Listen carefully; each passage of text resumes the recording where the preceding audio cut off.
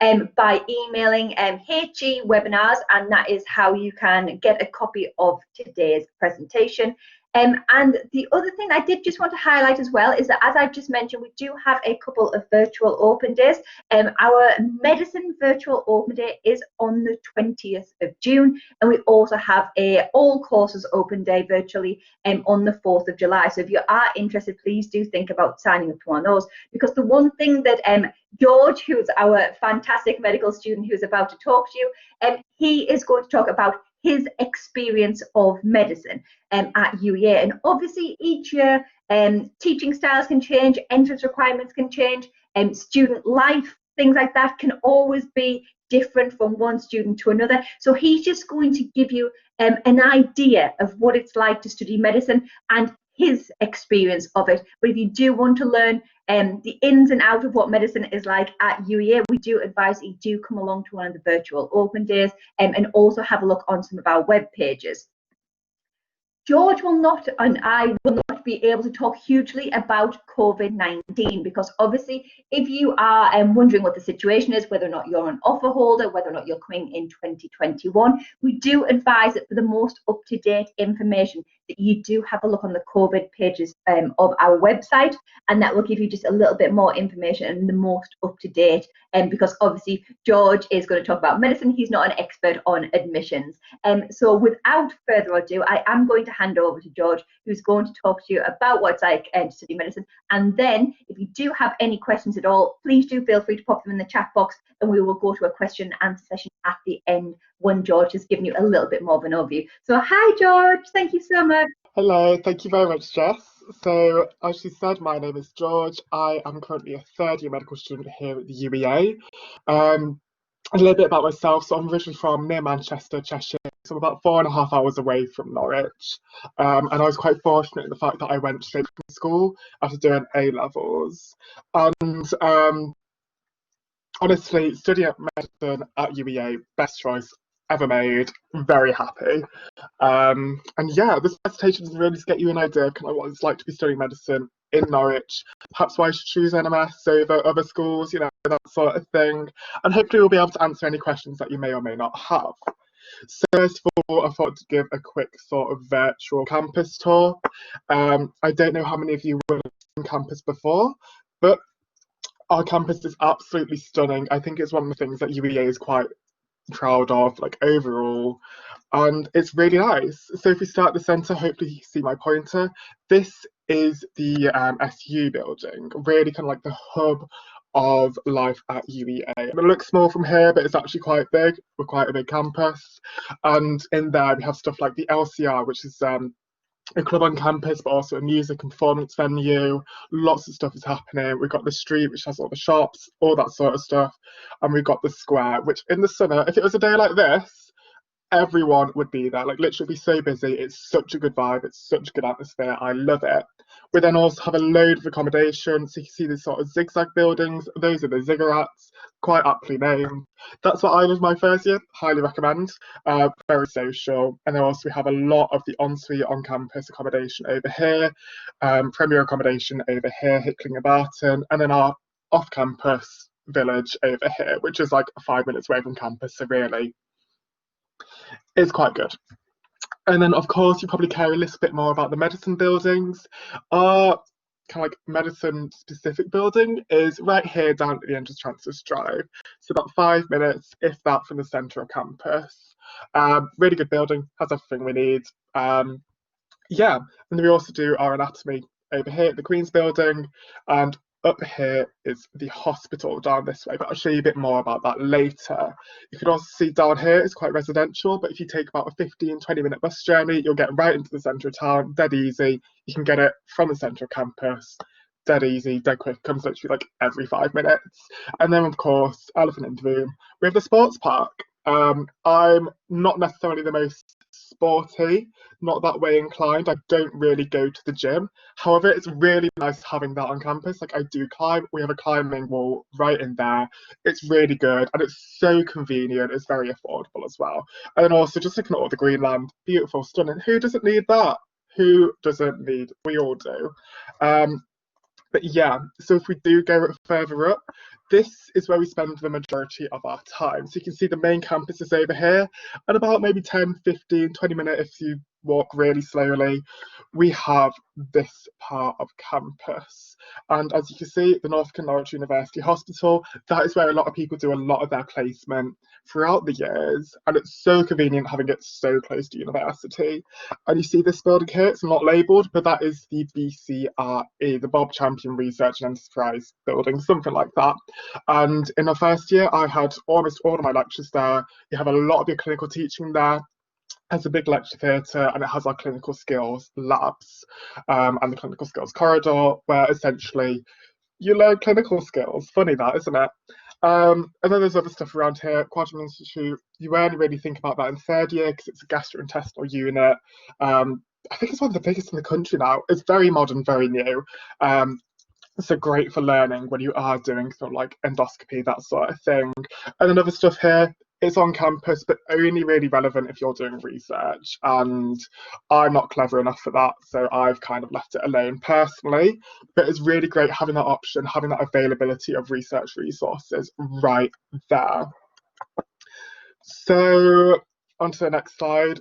Our aim at NMS is to prepare students to be highly competent and confident 21st century doctors. And that all sounds well and good just saying that, but honestly, I really think we do prove it through our course. Like, I think we've got results showing that we always have some of the most prepared or most confident F1s, all that sort of stuff. And I think really our aim kind of like outlines the way that we teach at NMS, and it is really, really good. Like, you can really tell that they want us to graduate being highly competent, confident, and prepared for jobs as foundation doctors. And there is a lot that they do to prepare us to get to that position. So, early patient contact. So like meeting with and learning from patients in the first month of the course, like genuinely, when we say that, we're not lying. I think for my first or second week, I was in a GP practice, which is terrifying because I was in a new group, new people, and then suddenly you're sat in front of a pregnant lady and have to take a history, and you're just like, what? But genuinely, I think being thrown in the deep end like that is really good for preparing you to actually take histories, talk to patients throughout your career. Like, you'll notice, like, at a medical school like ours, where you're constantly talking to patients, constantly learning from them, we have a lot more, I don't want to say social skills, but skills with patients than other universities in the area may have. And I think it does really show, and it makes a massive difference for patients, which I think is fantastic. We've also got obviously PBA around patient presentations. So every week we have something called PBL, which is problem-based learning. If you have any questions about that, feel free to ask more at the end. You can put questions in the comment bar and we'll answer them once we get there. PBL essentially each week in a group of 10 that's going for the entire year. You kind of like, you discuss all the learning objectives for the week with each other, and then you have cases which outline what you need to learn for the next week. And in your group, you sort of like discuss the case. You're like, oh, I don't know much about this. Maybe we should go away and learn this. So let's say they said that the patient was taking a certain drug. You may be like, oh, maybe we should learn side effects of that drug, mechanism of action. Then they'll be talking about the condition they might have, that sort of thing. And it's a really good to learn. Like, it's a bit daunting at first because like the way that some universities present PBL makes it sound as if you're learning by yourself. But the thing is, our PBL is supplemented with lectures throughout the week. We'll show you a timetable in a little sec, don't you worry. And then also we have consultation skills. So every year, I think you have at least 3 consultation skills sessions, and they have like actual actors in there, kind of like role playing as patients. Again, sort of terrifying at first, but you have it quite often, so you really get used to it. And it's a really good way to learn because, like, while you're doing it, you're not speaking to actual patients. You can take time out. You can be like, actually, time out, I don't know what I'm doing, which is something that you can't really do with patients, but allows you to prepare those skills so that when you are with patients, you don't really need to be doing that. And then integrated course, I'll be touching on this a little bit later, but essentially we're not a science degree. you're learning clinical stuff right from the start of your degree, and you learn what's necessary, you learn everything in the clinical context, but you're not really expected to know like every single biochemical pathway of whatever process in the body, which I think is really nice. Like, you're preparing to be a doctor, you're preparing to talk to patients and learn stuff about them, treat them. You're not learning to be a scientist. Although arguably you are a bit of a scientist, but whatever, semantics. But it's also really nice because you get obviously early patient contact. You're doing placement throughout the course. You really get used to being on the wards, used to talking to patients, used to clinical skills, which is really imperative for a doctor, I think. And then small group teachings. So obviously we mentioned PBL before. That is about 10 of you. I had one year where there was only 9 of us as well. And like, it's really nice having this small group where you do a lot of your stuff with. So you do your GP placement with them each week. You do anatomy with them each week. And anatomy, let me talk about anatomy. We do, I think, a mix of cadaveric dissection and prosection. So that means we have actual bodies that have been donated to our medical school to kind of like do anatomy on. So you're actually there kind of like, I don't want to say opening up the body, but opening up the body yourself, which is a really good way to learn. And you're supplemented by these amazing professors. Like, genuinely, the anatomy team is incredible. I can't sing enough praises for them. And then again, small group teaching. So like at secondary care, when you're in the hospitals, your group sizes usually no more than 8 or 10. So there may be a lot of you in the same hospital, but you're all kind of limited when you are doing big group sessions to about 8 of you, which again, really nice just to have that individualized attention. So what does a normal week look like? So right here I put an excerpt of one of my weeks in first year. So it may not be the same for you when you study here. However, it's be roughly the same. So you can see that Monday, Tuesday was a full day of lectures, which can be quite intense, but you then have like no lectures for the rest of the week. So it gets them all out of the way and you get a lot of learning in one place. You don't have to move around too much. There's very few awkward breaks, which is always lovely. And then you'll see on Wednesday we have PBL. Oh, anatomy, sorry. So I've already said a bit about anatomy. It is really well done at UEA. Like, I think it's honestly fantastic. We're one of the few medical schools that still does cadaveric dissection. And then obviously it's supplemented by prosection, having these pre-dissected kind of like body parts for you. So even if you're a bit confused, if you have like a cadaver with like abnormal body parts, like a variant, you still get to see what normal anatomy looks like, which is really useful. And then on Thursdays, we have like a full day of primary care. And I think primary care is fantastic because like you have your GP tutor, and like that is where I did most of my learning throughout all I've done so far. Usually kind of like the GP is really good for like rounding up the week and really kind of like getting that knowledge in there in a really good way. So like for the typical day as well at GP, it'll usually be a bit like in the morning you sort of like catch up on stuff in the week, you do a few learning objectives. So you may be touching more kind of like clinical content. So for example, if it was a week where you're studying rheumatoid arthritis, in the morning you may be talking a bit about the pathophysiology, how it's different from other similar diseases, the treatment, that sort of thing. And then in the afternoon you may be learning clinical skills and then talking to patients, that sort of thing, then rounding up the day. And it's really good. Like, it goes so quickly. And I think primary care, having it each week, it is honestly the best part of the week. So while it is terrifying at first, being like, oh, I'm going to be 18 and in the GP, it's honestly, they support you so much. It's fantastic. I've never had a bad GP tutor either. Everyone I know has had fantastic experiences. Then Friday, this is when we have PBL. So you have that in the morning. You may have some lectures in the afternoon, maybe. Obviously here I did, but it wasn't all that common. So it's quite nice because then it's done. You had the Friday afternoon off. If you want to go home for the weekend, you can leave quite early. It's really nice. Yeah, and then obviously when you're on secondary care, it's a bit different because you're in a hospital. So you have like the mornings and afternoons are split up.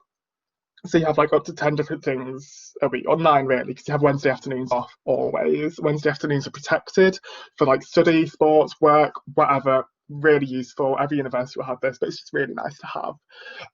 But yeah, so during secondary care when you are at the hospital, it is different. And I don't really have any examples of this on my slides, but again, it works well. You're in a hole, you're doing stuff. They timetable you stuff to do, so you're not like just thrown in the deep end and be like, you do you, boo.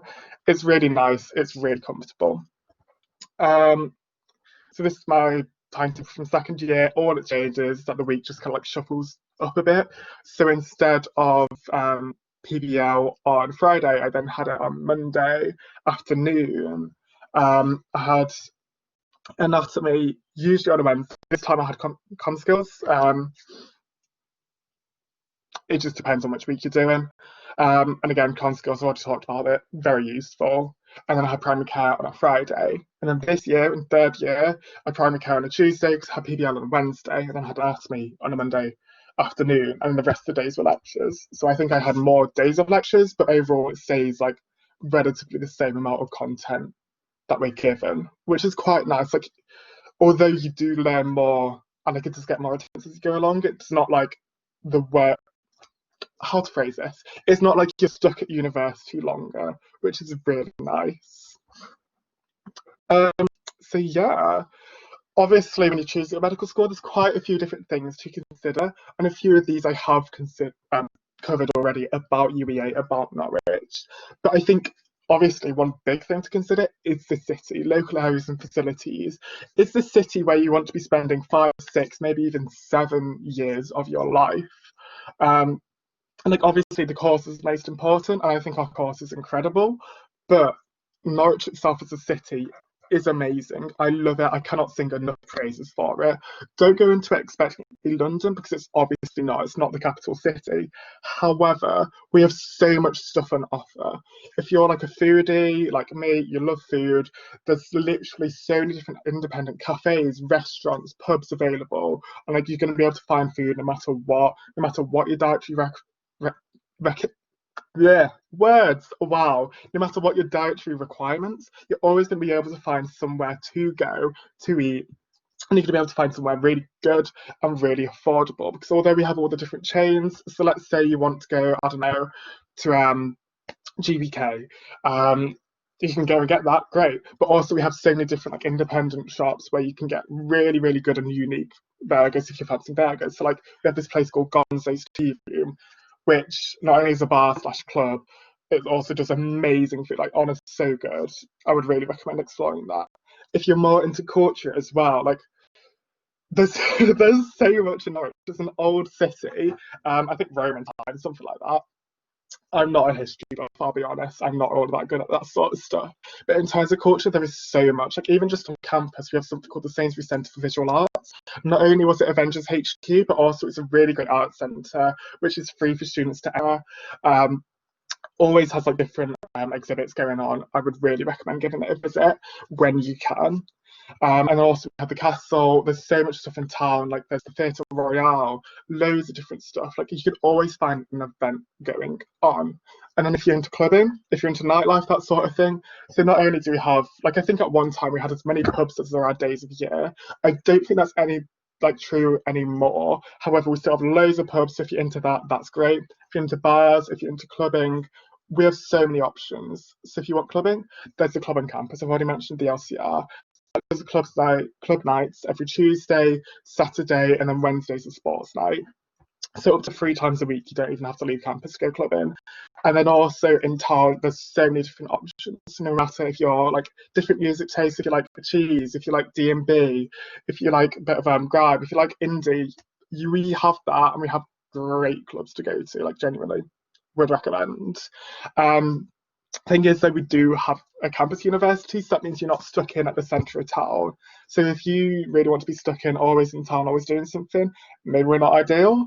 But also like having a campus is really nice because you know exactly where everyone is. Like you know when you're on campus, you know where you are, you know that everyone's a student, and it's really quite comforting having that. Because I feel like if you're in a city, it's a bit like fish out the pond, that sort of thing. Cost of living well, so this says London versus the rest. I think that's a bit naive. I think obviously London is the same ballpark. It's way too expensive. Don't bother with London. But even compared to the rest of the country, Norwich is really, really affordable. Like I know in terms of housing, I in second year had accommodation for £270 a month, which is almost nothing when you compare it to other universities. Next year I'll be paying 360 a month for like a big room with a double, all that sort of stuff. And I know people that are studying in Bristol and Manchester who are getting almost the exact same thing but are paying about 200 quid more a month. So again, little things to consider. And like obviously we have all the different food shops. So like we have a Lidl, or is it Nardo? I think it's a Lidl. We have a Lidl 10 minutes away from campus. No, I think it's not. Either way, a really cheap shop. We have it about 10 minutes away from campus, dead easy to get to. And then obviously Asda Delivery also does it to our campus. It's so convenient. You can live really cheaply. And I think Norwich itself, really quirky, really interesting, but it's really affordable as well. So like we're cheap, but not like cheap tacky, very affordable. Like it's a great place to be. An environment, I've already touched on campus versus inner city. I think inner city is a bit terrifying in a way. Like it wouldn't be for me personally. I think campus is really great because you know you can escape from it, and also you know exactly where you are. And then learning style, like I've already covered this a little bit as well. Like I've shown you the timetable, and you know that we are an integrated course. But essentially, that does, if I haven't explained it properly, like it means that like we don't have that 3 years preclinical, post-clinical divide. You're not doing like sciences in your first couple of years and then clinical medicine. You're doing clinical medicine throughout your degree. You're always been teaching the relevant physiology, anatomy, pathophysiology, like all that different stuff. If it's relevant, you'll be taught it, depending on what conditions you're doing each week, what speciality you're doing in that module. And I think it's really nice because like you then also have placement at the end of each module as well. And it means that you get placement in every single speciality, which not every medical school can say. I'll throw that out there. Yeah. Accommodation. I don't think this is really too relevant in a sense. Like, if you're getting, for GP, most of the time you're getting a bus from campus, and all of our accommodation is close to campus. Like, no matter where you're on campus, nothing is far away. It's just really convenient. And then even living away from campus in private accommodation from second year onwards, you can live pretty much anywhere you want. There's loads of options, usually affordable as well. And in terms of like clinical placements, NHS flats, if you're ever in a position where you have to do a residential placement, so I've done a few of these recently. I've been to Colchester, I've been to Ipswich, that sort of thing. Like they provide you accommodation. You don't have to pay for it. You don't have to pay for your trips home and stuff. Like they will literally cover all of that, and it's so convenient. And it's so good. Like literally, if you're going to be far away, they will put you in flats. They'll put you in accommodation, and it's just one of the other things that you don't really have to think about, which is such a relief.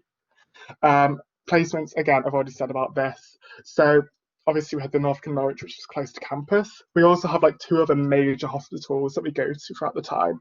So you have one in Great Yarmouth, which they leave for on the bus to get there at 9. They leave at 8, but it usually takes about 45 minutes to get there. It's in Great Yarmouth. And then we have the Queen Elizabeth Hospital in Kings Lynn, where they leave at 7:30 to get there at 9. But again, it usually only takes about an hour and a bit. So it's all really close by, and they provide transport. Some medical schools don't always provide transport, but we do, unless you're like in Norwich. And that is so convenient. It means you don't have to bring a car. It means you don't have to worry about getting stuff. It means you don't have to worry about those extra costs. And I think that's really something to consider. In terms of size of school as well, I think we're mid-range. So like we're not massive. We're not like Manchester with like 500 odd people, but we're also not like Lancaster with like 70 odd people. We have like, I think it's 200 for your year, maybe a bit more. And that's a really good size because it's big enough where you don't know everyone's business. You like not everyone knows your business. You're not all up in each other's place. But it's small enough where you do recognise people, where you don't like turn up to every other lecture and you're like, who on earth are half these people? You recognise people, it becomes quite a community, and it allows you to be there for each other, which I think is really nice as well. And in terms of opportunities as well, it says it all above: intercalation, lecture, medsoc, anatomy suite. I've already touched on anatomy quite a lot. Like I think it's incredible at UEA, and medsoc is fantastic as well. It costs 50 quid to join for the entire 5 years of the course, and they will literally give you 20 quid each year to go to conferences in terms of funding. So you literally money back. They put on so many events, they put on so many socials. They do a really good job, and it's also many chances to get involved with them as well, which is really nice. Elective, again, so elective is a period of time where you do like your own placement, and this can be abroad, it can be in the UK, whatever. We have two elective periods, so one at the end of fourth year, one at the end of fifth year. The one at the end of fourth year, they encourage you to go externally, so they hope that you go outside of the UK and really get a feel for a different healthcare system, and they'll provide you with all the information necessary, but you can go literally anywhere you want. Like, I know people that have gone to like Vietnam, I know people that have gone to like Trinidad and Tobago. It's just as long as you're not going somewhere like dangerous, you can go anywhere. And then at the end of fifth year, you do another one, which gives you a chance to do an elective internally. So they expect you to do it somewhere in the UK, which again is quite nice because then it doesn't cost you too much money, but also you get more of that clinical experience before you're out there as an F1 in the real world of medicine. And then intercalation, you can do an intercalated degree at UEA. One thing that is really nice and really good to consider as well, we don't have limits on who can intercalate and where people can intercalate. I was talking to a friend, I think they go to Birmingham, and I think they said to me that only the top 10% of their students can apply to do an intercalated degree outside of Birmingham University. So if you really want to do, I don't know, like something at the London School of Hygiene and Tropical Medicine, UEA will really support you to do that, support you with your application and really help you get there. We won't constrict you to the options that we have. And we have great options. I think we have 5 different choices. I can't remember all of them. We have like medical economics, clinical education, research, and a few others. You can Google it. It'll be on our page somewhere. But yeah, and we'll also provide a bursary for people who want to intercalate at UEA. You can then get involved in other stuff. You can become PBR tutor, all that sort of good stuff. Yeah, so moving on. So in terms of resources that you may want to look at, here's quite a few of them. I think as well, we often get questions from people like, oh, what study should I do before coming? And I'm like, A, don't bother. There's like, oh, what book should I get? B, don't bother. We have an incredible library. They will literally provide you with all the books necessary. You don't have to pay for any of them. They provide them online as well as in person. I have a few books that I really like. Oxford Handbook of Clinical Medicine is a fantastic book. It's a lifesaver. It's got me through my medical degree. Also, in terms of for when you're applying, there's a few books that I'd really recommend. If you really want to do well in your UKCAT, so have a look into books through there. And then also there's a book called A Very Short Introduction to Medical Ethics, which is really good, not even just for your course, but for the interviews as well. Like, they're really good in the sense that it gets you involved in medical ethics, gets you thinking, gets you know how to like form an argument, which is really good for the interviews. But I think that's really all that I have to say. So if you do have any questions, now's the time to put it in, and we'll do our best to answer them all. So thank you very much. Thank you so much, George. As always, the most informative and enthusiastic talk about medicine in general, but also particularly at UEA. Now, obviously, if anybody does have any questions, there have been quite a few questions that I have seen in the chat box, and please do feel free to pop them in there and we will go through them. The one thing I did just want to cover that obviously, if you do want to find out a little bit more information about medicine, what's going to happen, what the plans are for September, how things currently are in terms of, obviously, George, you applied in 2017? I entered in 2017, so I would have applied in 2016. Yeah. Which is way too long ago. I didn't realise how long that was, so I feel ancient. Don't say that, George. You'd know. So obviously we will. We do advise that you do come along to the Medicine Open Day. And obviously, if you do have any questions about admissions, we will do our best now to try and give you some answers. But we do say that the best thing to do is to contact our admissions department with admissions-related questions. And then we've also got a couple of other contact areas that you can go to for any final questions if we don't answer them today. So the first question that we were asked, and George, I'm going to take this so you can have a little bit of a breather because I know that you have been talking for a little while, which is, if the UCAT doesn't happen, what will happen with the admissions criteria? Now, as far as I am aware, and I have spoken to our admissions team, the UCAT is planning to go ahead. It is going to start a little bit later than expected, but it is expected to start in either July or August. and my advice would be to have a look on the website and keep them up to date. And if you do want to have a look at our admissions criteria, I really advise that you do have a look on the UEA web pages to look at the entrance criteria for A levels, for the IB, for any access courses, our GCSE requirements, our interview styles, multiple mini interviews. A lot of information is on our website, but I particularly do suggest that you do come along to the virtual medicine open day, because there will be so many lecturers, there will be the admission staff, there will be more students. George, are you helping out at the medicine open day? Will we see your face? I presume so. I don't know for certain yet, but probably. You're everywhere, George. You're always there. So my advice would be that we are planning on, it is planning to go ahead, so please don't worry about that. But obviously we are a UCAT university, so if you do want to start doing some preparations, like George did mention, start to do some UCAT preparations is my advice. We also had another question on what is the advice on consideration with the admissions because of COVID. So basically, we have always said, and like I said, have a look on our COVID-19 page, because there are some questions about medicine and COVID-19. We are going to be as flexible as possible, because the last thing that we ever want to do is penalise students for the situation which is currently out of their control. And so we will try to be as flexible and as supportive as possible. So please do bear that in mind in terms of when you are applying. But I know that a lot of you are quite concerned about how you might get work experience, how you might try and do voluntary work, and what you can do in the meantime for your application process, because you can't do what maybe you would have done in previous cycles in terms of volunteering work experience. So my colleague Lucy has put some links in. These are some links that we've gathered, that the Medic Portal and the Royal Council of GPs has. Is that the right term? Royal Council? George, you may need to correct me on that one.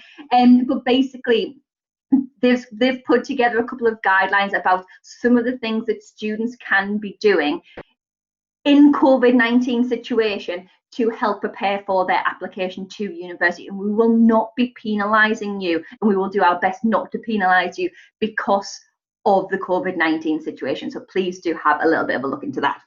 Okay. The other question that we also had, which was about what's going to happen with early patient contact. Is that going to happen in September? Again, we are making all preparations for a normal start back in September, for a socially distanced start back in September, for a potential new lockdown and what may happen. Obviously, we do not know, but my advice would be, again, join the virtual medicine open day, and the academics will be able to tell you about the preparations that they are doing to start that. But the one thing that we will always do is make sure that your safety is our priority, but also we want to make sure that you are going to be those competent doctors that we want from our medical school. So we will make sure that you do your placements, whether or not they are in September or whether or not they are later in the year. But please do speak to our medical academic staff, because they will be able to give you a little bit more information than myself and George. So I hope that kind of helps. But George, now back to you. We do have some questions for you. And I know this is quite a common concern, and I know that you are fantastic at answering this question, which is, how do you manage studying with such a busy schedule? This question came in, when you were talking about your schedule and you had the schedule on the slides. How do you manage your studying, any extra work, and obviously having part-time jobs, socializing? How do you manage your schedule? Honest answer, I don't really know, but you just sort of do. Like, the thing is, I think being a medical student, you're used to doing a lot, always being busy. Like, I think people that really can do get off, that do end up on wanting to study medicine, we're the type of people that just want to do everything. And I think if you want to make time for something, you always can. Like, our timetable is busy, but it's not that busy. Like, you always have the evenings, we always have access to the library 24/7. Like, you can always do extra study as and when you want to. And I think there's plenty of time to do other stuff as well. Like, I think it's just prioritizing yourself as well. Like, I, for one, obviously I want to pass, I want to be doing all that, but I'm not worried about getting the very top marks. So I spend more time perhaps than other people would do, kind of like on my jobs, socialising, that sort of thing. But I know other people that are really concerned, they want to get into kind of like the most competitive fields and most competitive locations, and they will definitely do that, but they spend more time studying perhaps than I do. And I think medicine a lot is about not sorting out your priorities, but figuring out what you want to do and what you want to get from your degree. But honestly, if you want to do something, you can always make time for it. Always. Perfect. Thank you so much, George. Really appreciate that. One of the other questions was, which years do you get to do your secondary care placements? Every single year. So your secondary care placement in the hospital, you do it at the end of every single module. So literally once you've covered, like, for example, an entire module does one or more specialities, you'll then do your secondary care placement in a hospital in that specific speciality. So I think it's usually about 8 weeks of lectures, 4 weeks of placement, and during those 8 weeks of lectures, you're also doing primary care placement as well. So you're literally always, always, always getting placement. And I think out of all the medical schools, we probably do near the most or the absolute most amount of placement out of anyone. And I think that's honestly really good, genuinely. Thank you so much, George. One of the other questions, which would be more, obviously, George is talking about his experience. He's not a full expert on everything that is UEA and medicine. But could you just explain a little bit more about the assessment structure for medicine at UEA, how you're assessed, the different types of assessment, if there is enough support, things like that when you are being assessed? Yeah, of course. So our assessment schedule, usually you have something called an OSCE at the end of each module. So that's an objective structured clinical examination. And it takes like a similar format to the interviews where you have multiple stations and you have about 5 minutes to kind of like carry out what they ask you to do. So that's when they test you on your clinical skills. So whether it's taking a history, taking blood, doing an examination, or even something as simple as washing your hands, like that's when they test those sort of skills. And those are at the end of every module. So most years you do 3 modules and maybe changing during your degree, but you'll then have 3 end of module OSCEs and you'll have 2 end of year OSCEs as well. And they'll use all those marks together all up at the end of the year to see if you pass that clinical component. And then they have, at the end of each year, you have written exams as well. So in first year, you only have 2 papers. It's one short answer question. So each question is up to 6 marks, and then 1 paper, which is multiple choice. Second year onwards, you then have 3 papers where you have an extra multiple choice question paper. And in that, they test everything that you covered. They change the percentages of what they're asking depending on which year you're in. So obviously in first year, everything is from first year. In third year, I think about 60% of it is third year, and then 40% is second and first year, that sort of thing.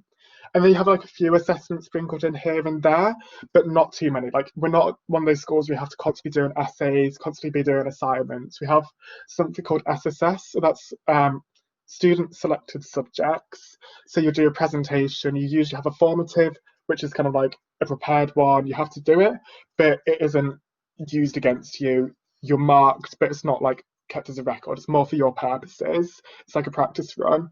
And then you have your summative, which is the one that actually is marked properly. It counts towards your grades, that sort of thing. And you do that once a year. You get to choose like a specific topic within a specific subject. So for example, I did anatomy this year. Last year I did research, and in first year I did medical economics. So you get loads of breadth of options. And then we also do like some research assignments throughout the year, where you may be given, for example, like a research article, and you'll be asked 10 questions based on it. And it'll be different stuff like, so tell us what was the question asked, the research question. Then they may ask you to do stuff about kind of like some maths, that sort of stuff. Usually not too much maths, don't worry if you're not that mathematically inclined. There's not much at all, but like research, usually asking research specific questions and usually using that specific paper as sort of a guide for those questions as well. And that's pretty much all the assessments throughout the year. You also have to pass a professionalism module, but essentially that means don't get in trouble with the medical school and you'll be fine. And it's not really all that easy to get in trouble with a medical school. Like, you should be fine. Don't worry about that component. Thank you so much, George. I'm going to give you just a little breather because I have had a question, which is can students access this presentation? You absolutely can. All you need to do is email hewebinars@uea.ac.uk and we will send you a copy of this presentation so that you can have a look at it and you can watch it back as well if you do want to. But my colleague Lucy will post these. I don't know if she's posting them now, or she will definitely post them at the end so that you can have an access to these links and that you can access the presentation that we have done. So please don't worry that if you didn't hear something or you didn't note something down, don't worry, we'll be able to send it to you at the end. So I will just pop the previous slides back. Wonderful, thank you so much. Oh, George, I absolutely love this question. Do you have to pay for any of the library facilities, like using the computers or anything like that? And how easy are they to access? Easiest thing ever to access. You're given your account that you use for everything right at the start of the year, and literally you just swipe your card to enter the library and you don't have to pay for any of them apart from the printing. You have to pay for printing, but it's affordable. It's about what, 5 pence for double-sided black and white, something like that, maybe. That's literally the only thing you have to pay for. Every other resource is free. And they tend to provide a lot of bursaries as well in case you need that extra like funding to get access to anything outside of that. But literally all the library resources are completely free. We don't have charges for the books either. You can take them out as long as you want. You don't get charged for that. All that sort of good stuff. The only thing you have to pay for is printing. That's absolutely perfect, and also being environmentally friendly, obviously trying to limit your printing, which is sometimes why those costs are there. But the other question that we've also had is, from a personal point of view, do you think that you get to experience a range of cases and conditions in your clinical placements in the hospitals? Oh, absolutely, absolutely. Like, the fact that we're there so much means that we get to see so many things. Like, obviously it really does depend on what you see, depending on what season it is. Like, I did my respiratory placement when it was February, so obviously I saw a lot of kind of like the winter illnesses, as you would in the words, as you would in the winter. But like, they really try and get you to see a range of different stuff. During GP practice, they always look through all their lists to see what conditions people have and try and get people with different conditions, but also the common conditions. Try and get interesting patients in for you each week, and they're always really good at getting a variety of patients in. Like, you'll see all the common conditions always, and if you're lucky, you get to see a few of the rarer stuff. Like, I've seen some weird things, which is always exciting. You get to see a real range of placement just because you have so much of it. You'll see loads. Perfect, and I do think it is worth mentioning that obviously placements do vary, cases do vary, and that's the best thing about medicine, because that's what will happen when you are a doctor as well. Absolutely fantastic, George. Thank you so much. One of the other questions, which I think that we kind of half answered because it was before we posted the links, but it was just, what did you do in preparation for your application to medicine? And then it was, what can students be doing now in COVID-19? So please do have a look at the links that we have posted about any work experience, voluntary work, and what preparation did you do in terms of your application? And also, George, kind of linked to that is, what qualities do we look for in a medical applicant? Now, obviously, you are just not just a medical student. I didn't mean to say it like that. But you are not a medicine admissions director or anything like that. But what do you feel that we look for in a medical applicant at UEA? Okay, so I'll touch on what we look for after I said kind of like what I did when doing my application. So I think during the years running up to it, like, obviously study a lot, you want to get the grades, but also kind of like, I volunteered in a charity shop, I volunteered in a care home, I'm someone who doesn't come from a medical family, so I really struggle to get work experience. So like even just volunteering, even having like a part-time job, which obviously is difficult right now, and I do apologise for that. However, as Jess said, they will be taking that into consideration, and there are other opportunities out there. But even like every little thing that I could do to show that I had a breadth of experiences, I kind of like clung on to. I don't. I didn't do loads of extracurriculars. I did some stuff. I was involved in the theatre club, obviously. Um, so I tried to get a different breadth of experiences. And like when you write your personal statement, I essentially just tried to say like, this is what I have done. I didn't give too many specifics. I was like, I volunteered at a charity shop, which helped me learn this, which is important because of this. Like during your personal statement, always link it to you, why you'll always make a good doctor, that sort of thing. And then the UCAT, I think I prepared for it. I started preparing like a month in advance, and I really amped up the work for it 2 weeks in advance because I think you don't want to start too early because there's only so many resources. But you really want to get used to the style of questions. You get used to the shortcuts because the UCAT is all about time management. If you're using the mouse, it's dead slow and clunky. So use all the shortcuts on the keyboard. Really get used to that. That's my one top tip for that. And then really with interviews are terrifying. Like just the concept of it is absolutely terrifying. But just like breather, calm, you'll be fine. You've gotten that far, you can get all the way. And I think it's really just kind of like with UEA especially, they really want to get to know you. They want to know more about you. They want to see that you'll fit in as a student here. Obviously, they want you to be the best doctor possible. They want you to be great and everything. But if you've gotten to interview, the likelihood is you are fantastic. If you're applying to medicine, you probably are fantastic as well. But really they want to see you. So like give them a bit of personality, not too much personality. You don't want to be unprofessional, but you want to show them that you are an interesting person. You want to show them that you're thoughtful. So again, where this came in, like I had this little ethics book called A Very Short Introduction to Medical Ethics. I'll write it in the comment bar when Jess asking the next question. And essentially just read up on medical ethics, on medical law, that sort of thing. I'm really prepared to answer that. And then also, I was really thinking of the attributes that they would want out of a medical student.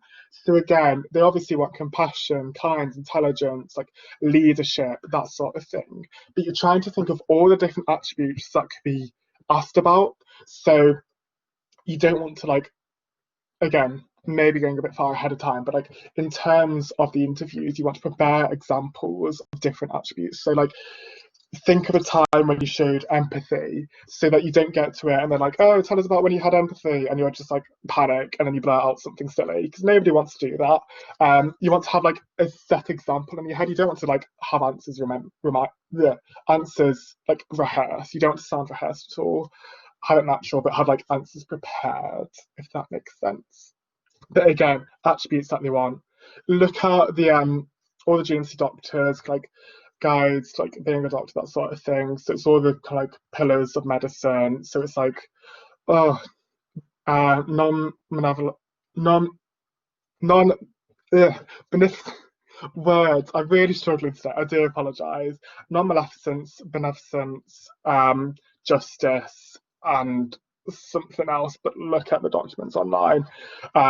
The BMA as well, how to become a doctor, really useful. Look at all the pillars of ethics, look at all that sort of stuff and relate it to being a doctor. And like literally anything that you've done in your life, you can relate to anything, no matter how much of a stretch it is. Like even just working like as a waitress, like a wait person, like I had good teamwork skills because we managed our tables effectively.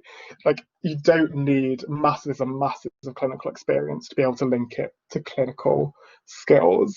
So don't get too caught up on that. But I think that's just a quick overview. So I hope that's helpful. Absolutely, George, and I couldn't agree more. But also, if you do want to look at the qualities that we are looking for in terms of an applicant, come along to our open day, speak to some of our academics, speak to some of our admissions tutors, and they will be able to give you a fully comprehensive answer, even though George has pretty much just done that.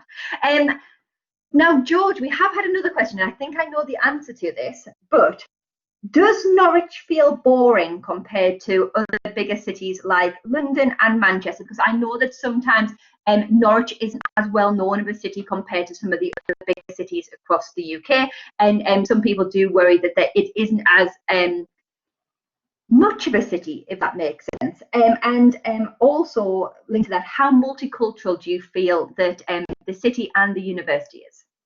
Okay, so first of all, Norwich, there's loads to do. Like, obviously, it's not the biggest city in the world. It's not London. It's not Manchester in terms of size, but it's still got a lot of stuff to do. Like, as I said, no matter what you're interested in, you're going to be able to find something to do. There's loads of interesting places around the city.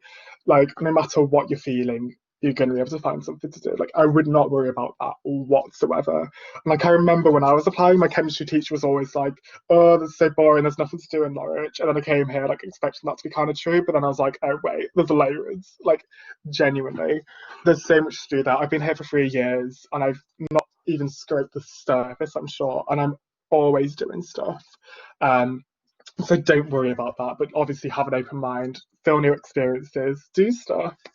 In terms of multicultural, I would say Norwich itself as a city isn't the most multicultural. It's quite an older white population. However, the university itself has really brought multiculturalism to the county of Norfolk, to the city of Norwich. Like, on campus, you've got people from like hundreds, over 100 different countries. You've got people from so many different backgrounds, and it's very multicultural. Like, yeah, I don't know how else to say it, but like, there's so many different types of people at UEA. Like, no matter what, you're going to find someone similar to you, someone with like similar background, genuinely. Absolutely, couldn't agree more. And the best thing is that I think that we're just over 16,000 students across overall, and we're about 3,500 from outside of the UK, around the world, but also across the UK as well.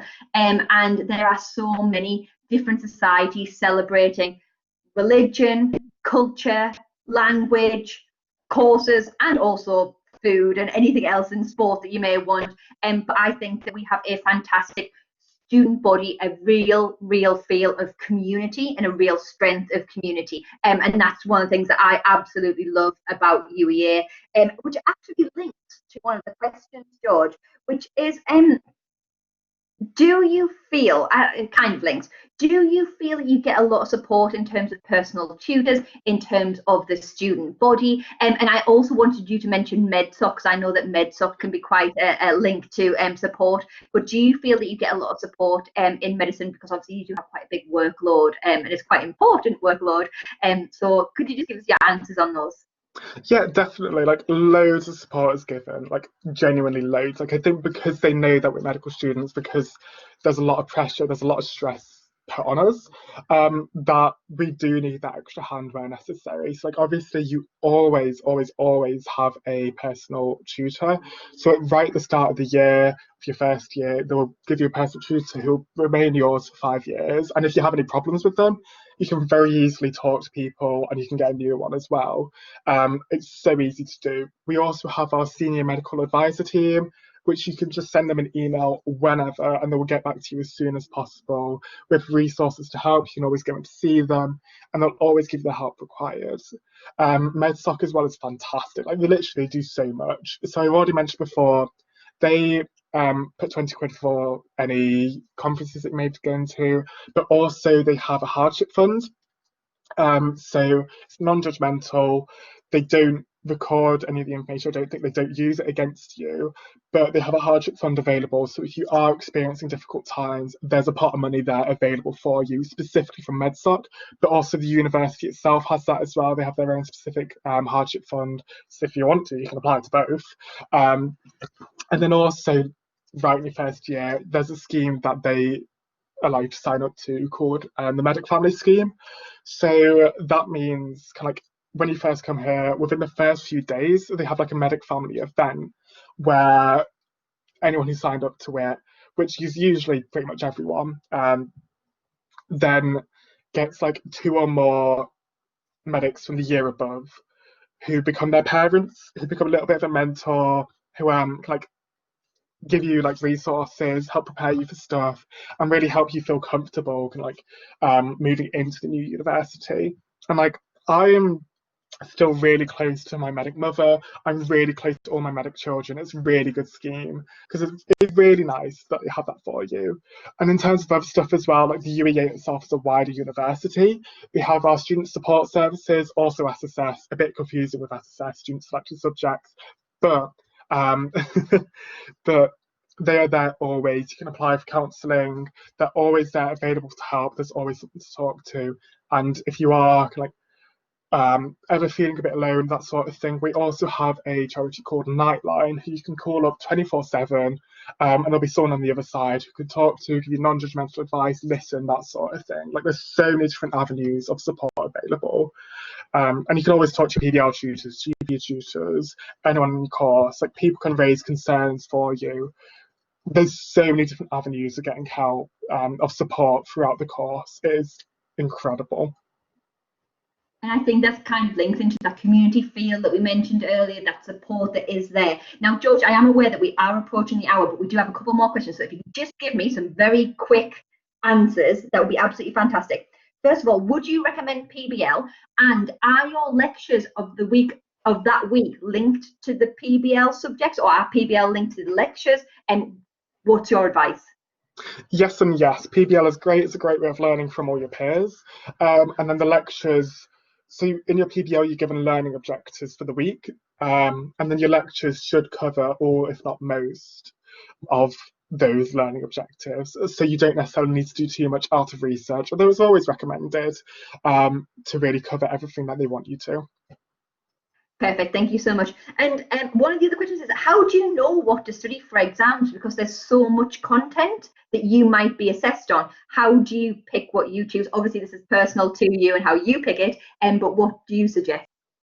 So obviously with your medic parents, you can always ask higher years, see what sort of stuff does and doesn't come up. But I think, as you said, you just can't learn everything. There is so much to learn. And there is some level of prioritization. Like each year, I prioritize the content from that specific year, but also like there may be certain topics that I look over a bit. Like I never cover embryology. I'm sorry, I won't do it. I don't want to, but I know that if there are any questions on it, usually it's maximum 2 marks out of like 3 papers. So it's really prioritizing time. Like I know embryology, for example. This is only one example. Will take me a lot of time to learn for very little gain. So I focus on learning all the clinical conditions, what's relevant there, and then I'll start learning the more technical stuff. So it's really getting a broad knowledge, covering everything. And like some of it is guesswork. You're a bit like, oh, what should I learn? I'll just do this. I like this, so I'll learn this. Like it's sort of guesswork, but genuinely, like it's very possible to pass. Like very few people fail. You'll be fine as long as you do put work in. That's the most important thing, definitely working hard. One of the other quick questions is, can you study a language or maintain a language alongside medicine? I believe so. So we have something in our second year which is called like medical humanities. You can study a language then. I also think you have like night classes for languages available for the university. I think those you have to pay for. I'm not certain. I think also we have access to a language software called Rosetta Stone. So there's loads of different avenues to continue learning languages, all that sort of good stuff. You can't do it for course credits just because medicine doesn't really work like that, and it will have to be in your own time, a lot of it. But you can always do it if you want to. As I say, if you want to do anything, you can always find the time to do it.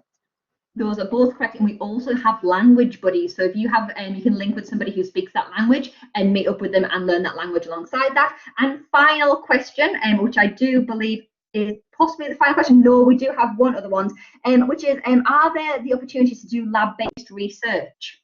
Yes, so as I said, you can do SSS, student selected subjects. In your second and third years, you can choose to do research, where they'll give you like a list of the research people at UEA doing medical research, and you can just email them and be like, hey, I'm an ex-year medical student, is it possible that I can get involved in your research? And they'll do it. And that's really good because like there are some people that get research credits that get their names on publications from doing that. And because UEA is really good for research as well, we do a lot of it. There's loads of options. There's lots of opportunities to do it. Like, you don't just have to be doing it as like your SSS. You can literally approach people outside of it. They encourage you to do that. Loads of options. Perfect, thank you so much. And one of the other questions was just that is there going to be a medicine taster lecture online for students to watch? As far as I'm aware, there isn't anything planned. However, what you can do is you can email us as HE webinars, and we can find anything out for you. But my advice would be also to go to the virtual medicine open day, and they will be able to advise if there are any taster lectures, if they're planning to do anything, if there are any MOOCs, which are massive open online courses, which can be really useful to be involved in as well. And so if you have a look on FutureLearn, normally it's a free platform, and most of the MOOCs on there are free.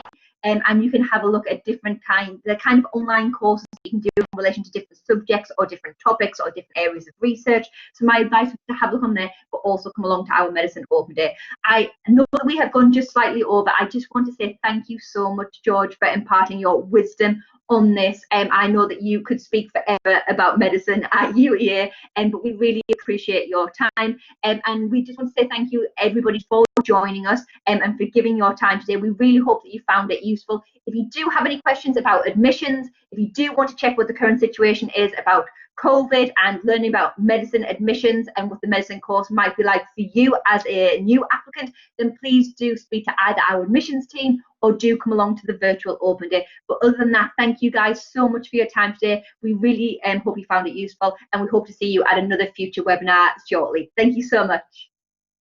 Thank you very much, everyone. Bye.